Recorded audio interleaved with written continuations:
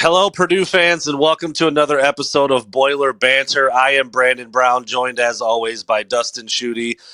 Look, man, I've been calling you an expert here for the last couple of episodes. I feel like I'm pretty good at my job and know what I'm talking about most of the time. But, dude, we've been very wrong about Purdue on this. I think the first episode they had 7 games left. Yep. And I kicked it to you. I'm like, is 7-0 possible? Is 6-1 probably most likely? 5-2 gotta be. And they haven't won since we. Is it our fault? I mean, did we do this to Purdue? They have lost now 4 in a row after dropping one at Indiana yesterday, which we talked about it last week. Look, it's a rivalry game. It is at Assembly Hall. You never know. But then, Purdue goes out there and loses by 15. I know we're going to talk about how the game kind of went up and down a little bit, but do we suck at our jobs? Is Purdue bad now? Like, what's happening right now? Yeah, I think we put it out in the universe that they could go 7-0, and now the basketball gods are unhappy or something along those lines, and they just want to make us look dumb. I think that's what this all boils down to. But no, it's been pretty alarming. And, I don't know if we want to jump into the specifics of Sunday's game just yet, but I think the most alarming thing is if you're Purdue, usually the old cliche in sports is you got to get off to a good start, got to come out guns blazing. Well, in these last 4 games, Purdue has had first half leads of 12 against Indiana, 11 against Michigan, 9 at home against Wisconsin, and 7 against Michigan State. Obviously there's a lot of ebbs and flows throughout a college basketball game. But I think if you look at that, you would say, Purdue probably won 3, at least 2 of those games, right? The games they led by 11 or 12. They're 0-4 in that stretch, and it's just been very surprising to see them, a team with experience that has 3 starters from last year's national champion or national runner-up, I should say, team. A senior in Caleb First, and then a couple of role players in Cam Heide and Miles Colvin, who didn't play a lot last season, but were in probably that 10 to 12 minute range per game. So this is an experienced team that has been through the ringer. They've played in a lot of these venues. They've seen just about everything you can see in a basketball game. And they are just not handling this pressure well. And it's time to get back to the basics and the fundamentals. I think that's basically what Matt Painter said after Sunday's game, which, by the way, Brandon, he was very fired up in that post-game presser afterwards. I was going to ask you, we talked about that, he was so nice and complimentary of Tom Izzo, and you see him, he gets pretty fired up on the sidelines, but I thought it was a really cool. I was just going to ask, what's the mood like? I mean, the players, Coach Painter, the fan base, I mean, the other media people, I mean, what's everybody saying during this 4 game? And look, they're still 19 and 9 now. I mean, they've got a lot of basketball ahead of them. 3 regular season games, Big Ten tournament, NCAA tournament.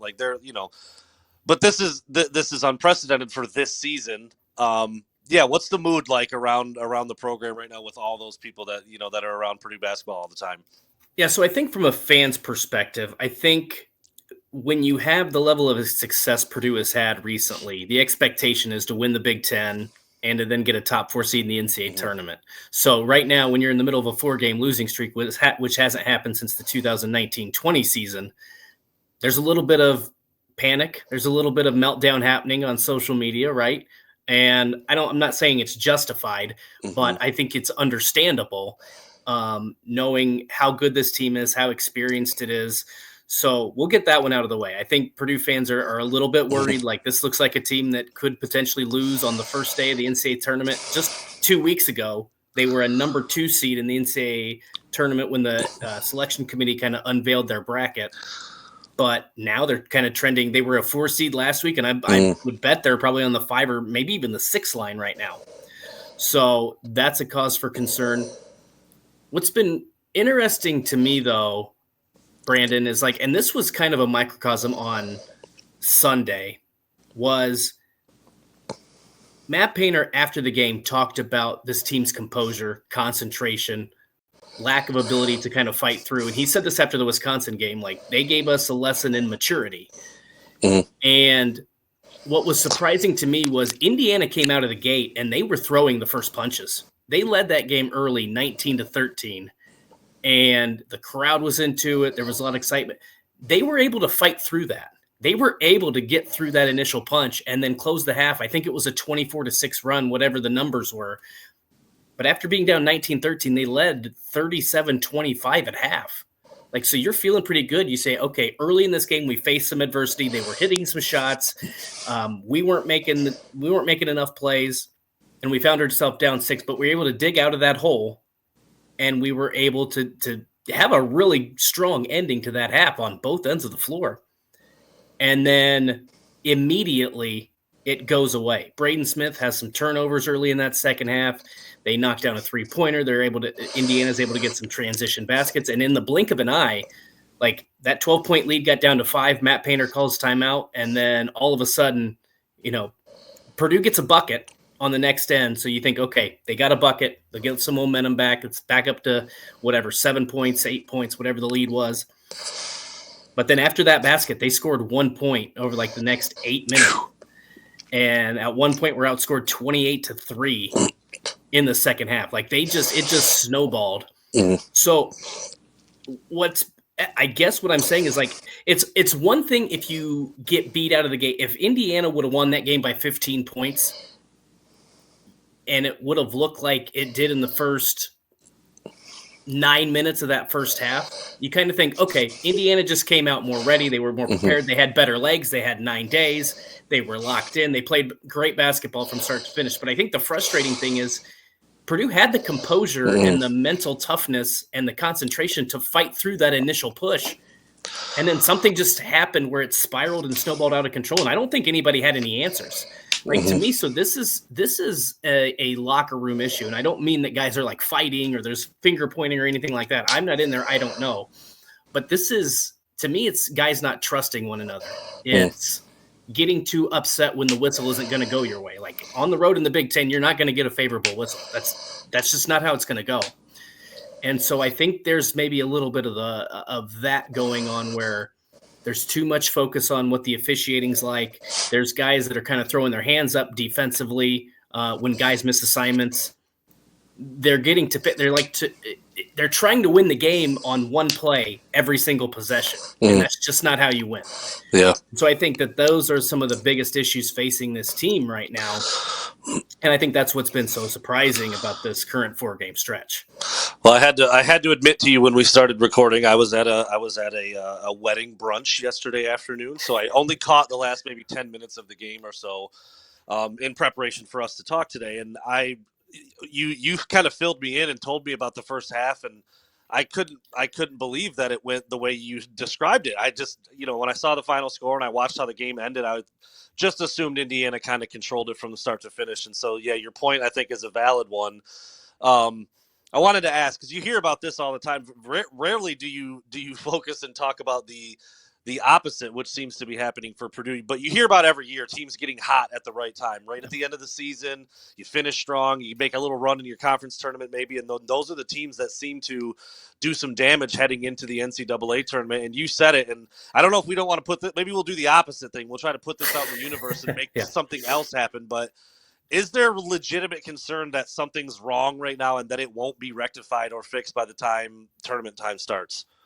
Yeah, I think so, because I think you don't maybe know what's wrong. Like again, this team has gotten off to good starts. They've had big leads, and then when something doesn't go their way, it's just spiraling. Now I know foul trouble's been a concern with Trey Kaufman-Renn and Caleb Furst in some of these games. They haven't been able to force what I think maybe the biggest concern is during that stretch. And I don't have the numbers in front of me, so I apologize for this, but I think it was somewhere around 15 per game, maybe around 16 per game.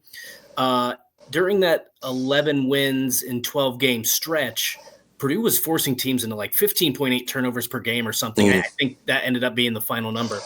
These last 4 games, they've forced Michigan into 11, which Michigan's a turnover prone. And they're turnover prone, yeah. Yeah. So when that happens, now part of that you think, when it's the first loss, you're like, okay, Michigan was dialed in, we didn't have it, and they still came a Braden Smith 3-pointer away from winning that game, despite some of the shortcomings. You forced only 3 against Wisconsin. You forced 7 against Michigan State and 8 against Indiana, or maybe those last 2 are switched up, 8 against Michigan State, 7 against. Point being, Purdue was thriving when they were able to get pressure on the basketball, when they were able to turn teams over and get out and transition, get easy baskets. And they just have not been able to do that. The other thing is, I shouldn't say we don't know what's wrong, but Purdue in the past has overcome its shortcomings, right? They've been able to figure out ways to win games when they're not shooting well. Sometimes they've been able to win some shootouts. Their 2-point defense is a problem. I think they rank 363rd in college basketball, which is dead last in opponent 2-point field goal percentage. Not strong. So when teams are getting in the post, and again, this is not me saying this. This is Matt Painter. Indiana was playing into Purdue's game plan, which was they're not a prolific 3-point shooting team. Pack the paint. If they beat us from deep, they beat us from deep. We're going to allow them to shoot 3-pointers. But in the second half, after that initial run in the second half, guys were running. They were running guys off the 3-point line, and they were getting drives. They were getting easy dump downs. Guys weren't working well in help defense. Guys weren't rotating. It was just a sudden panic. And teams have figured out, like, don't shoot threes against Purdue. Work the ball around. Get it in the paint, drive the basketball, force them to foul. If you get Trey Kaufman-Renn and Caleb First into foul trouble, they're in big-time trouble because they don't have another post presence. So their on-ball pressure has to be a lot better. And I think some of it too, Brandon, is I like how I said you don't know what the problem is, and I'm pointing to about 4 different things of the problem, right? This is just how I spiral and snowball. But I think the other problem is Indiana set the tone in the second half defensively. And they were very physical and they were tough on the basketball. And I think a lot of Purdue people would look at that game and say, well, the officiating wasn't going our way. They weren't allowing us to be aggressive. Well, you kind of have to set that tone at the jump. And I talk to people about this all the time. Like, if you don't play physical defense in the first 3 or 4 minutes, the officials are not going to let you play physical defense for the next 36 minutes. It's just Indiana set the tone. Even when they were going through a bit of a slump, they were still playing physical. And the officials were allowing that to happen. So I think Purdue needs to play a more physical brand. Now, they don't have a lot of fouls to give. They can't, Trey Kaufman-Renn and Caleb First can't be that way. But Fletcher Lawyer, Braden Smith, those guys can play a little bit more aggressive, especially from the jump. Because I think if you're able to set that sort of tone, you're going to be able to get away with a lot more. So I think there's just a myriad of factors, but to me, I think it's more of a mental thing because we've seen this team do this. They beat Ole Miss, they beat Alabama, they've won games they were 5-1 at one point on the road in the Big Ten. So we've seen them do this. So I think it's more of a mental thing, and I don't know if guys are trying too hard. I don't know. I think maybe there's some trust issues going on. Part of it may also too be the schedule. When you play this many tough games with short turnarounds, I just think that maybe we're in one of those situations where if Purdue guys could just get away from each other, right? Like if you have a roommate, there's days you just want to get away. You got to get out of the house for a day. You're going to go have a nice weekend. Like when you're around a team and they've been practicing with each other since June, like I wonder if Matt Painter said, I don't want to see anybody on Monday, you guys all go out and go 15 different ways and do 15 different things and just take your mind off basketball, take your mind off each other. If that would kind of hit the refresh button. Again, I'm not a coach. I'm not in that locker room. I don't know what's going on. But to me, I do think part of this is just a mental fatigue and they need a mental break. Yeah, that's interesting. That's usually not what you'd say this time of year, but yeah, something's clearly a little bit off during this skid here. So I apologize in advance to everybody out there who doesn't like a little lowbrow humor. But you mentioned on-ball pressure earlier. So what happened with Caleb First against Indiana?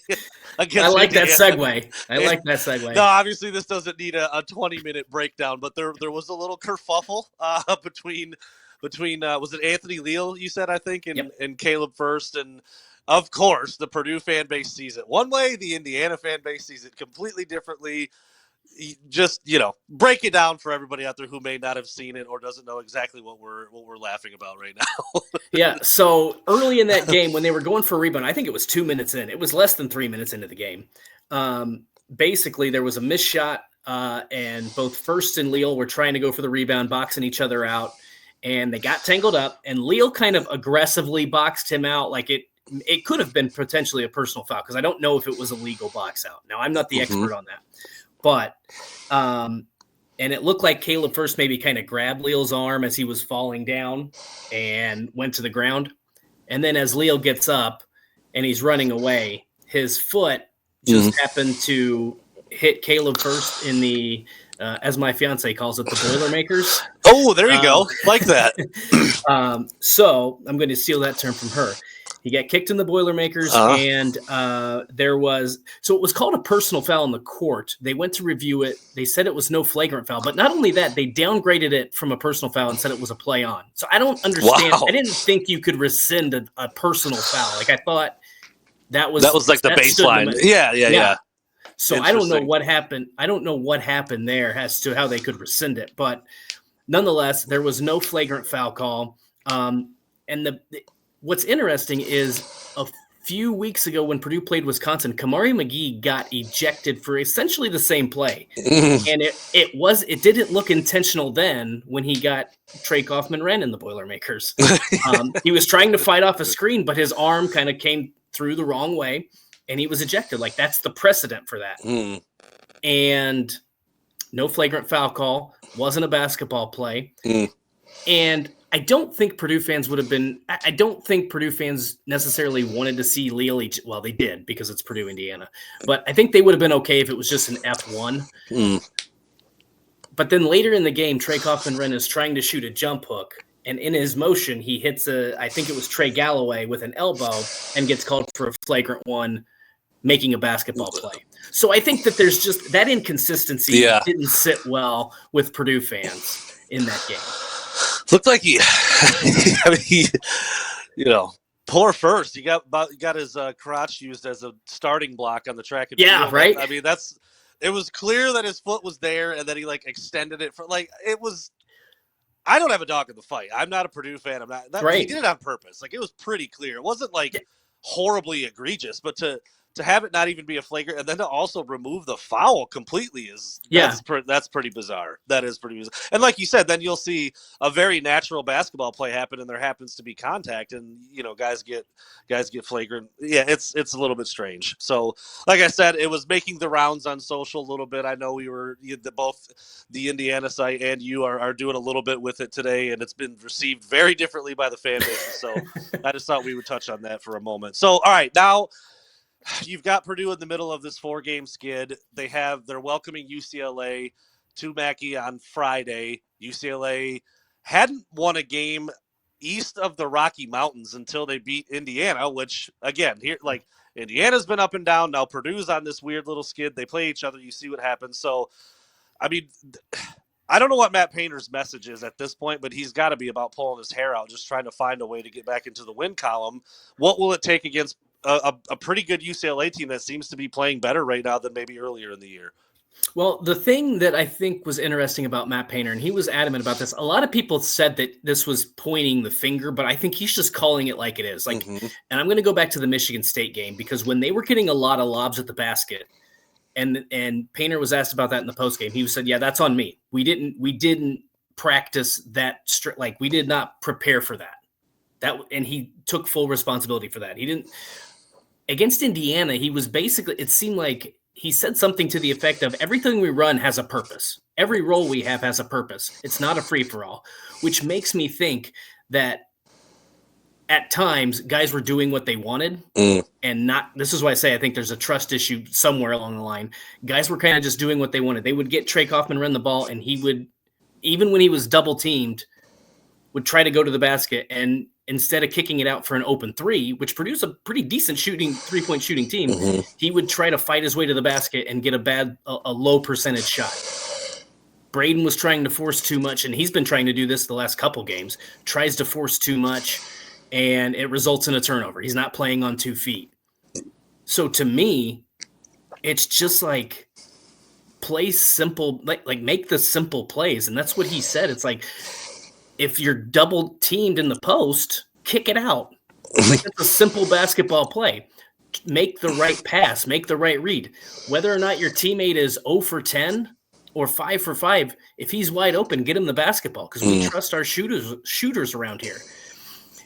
And so I think That's what it comes down to, because this team, as we've seen, you don't win 11 games. You don't go – I always have a tough time saying this, and I don't know why. You don't go through a 12-game stretch and win 11 times if you're a bad basketball team. Right, like, yeah. Talent is clearly there. There's going to be times when you have hiccups. It's college basketball season. There's a lot of games. You're not going to play your best every single game. But you just have to get back to the basics. You have to get back to playing fundamental basketball. You can't turn it over 16 times in a game. You can't allow teams to get 44 points in the paint. You can't let them get 10 lobs at the basket. So this is a UCLA team that it's kind of the opposite of Purdue, right? Like they are playing their – this is a team that went through their struggles early this season. And Mick Cronin kind of pressed the right button, and he said in a more or maybe a less I don't want to say politically correct. That made it sound like it sounds something terrible. But in a less diplomatic way, was basically like, our players right now just don't care. Like, they're showing us that they chewed don't them care. out. Yes. Publicly. You're right. And so that kind of provided a jump start. And so I wonder if this kind of message from Matt Painter, losing to your rival Indiana, not really holding back in the press, like, make the easy play, do the right thing, and everything's going to work itself out. I wonder if that message is going to get through, because I don't think I don't think this is that complex. This team is a good basketball team. They've beaten some really good teams this season. They were 5-1 in road games at one point. Like, this is a team that can win a lot of basketball games. They're capable of making a deep March run, but they just have to make the simple, easy plays. And I think if you can get back to playing, as dumb as it sounds and as simplified as it is, if they get back to playing just fundamental basketball, and the other part of that is you're going to have to start turning teams over again. Like, you got to get to probably 12 turnovers, get to that mark again. And I think that they can beat these teams. They're a good 3-point shooting team. Trey Coppins runs one of the best bigs in the league. They're capable of doing it. They just have to get back to what they were doing in those 11 games. Yeah, and looking at UCLA, they have won 9 of 11, including wins over Wisconsin. They beat Michigan State. They beat Indiana at Indiana. Weirdly lost to Minnesota. Michigan lost to them earlier this year. I don't know how you do Minnesota, that. yeah, surprising. Just a weird loss in there as well as they're playing. Did lose at Illinois too, but again, they've had these struggles a little bit coming east, which is a known thing, gets talked about a lot, and just beat Ohio State yesterday. So they are on a bit of a hot streak, I guess you could call it, 9 out of 11, and Purdue's on the exact opposite. So they're looking at this game in different ways. I'm sure Purdue needs a win badly. UCLA wants to continue their momentum and get another good quality win, a long way away from home. So this one's got some interesting storylines. I guess we'll get you out of here on this. And you've said this a couple times, so I'm going to flip it on you. You keep saying you're not a coach, but you know what you're talking about. So if you are Matt Painter, if you are the coach, what are you saying? Is it really just this fundamental thing? Is there something more that needs to be said? Like, how do you think he's speaking to his team right now every day at practice, when they're getting ready to leave after practice? I just wonder what you think he's saying. Is it close to what he says to you guys in public? Like, what's going on behind closed doors, if you had to guess? So, as somebody who's talked to Matt Painter and been in those press conferences and stuff, he's pretty even keeled, right? Win or lose, he is kind of the same guy. He doesn't get too excited one way or the other, right?